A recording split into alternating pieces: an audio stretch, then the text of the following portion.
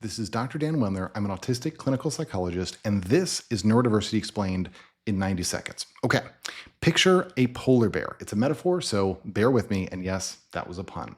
A polar bear is an apex predator. It is the deadliest thing on the Arctic ice. But if you take a polar bear and you move it to the desert, well, our polar bear is not going to be an apex predator anymore. It's going to struggle to thrive in that environment that it wasn't designed for.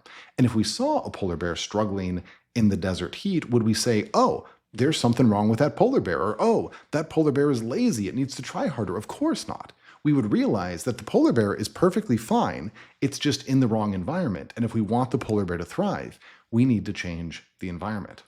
In a similar way, there's nothing wrong with those of us who are neurodivergent, which means that we have conditions such as autism and ADHD.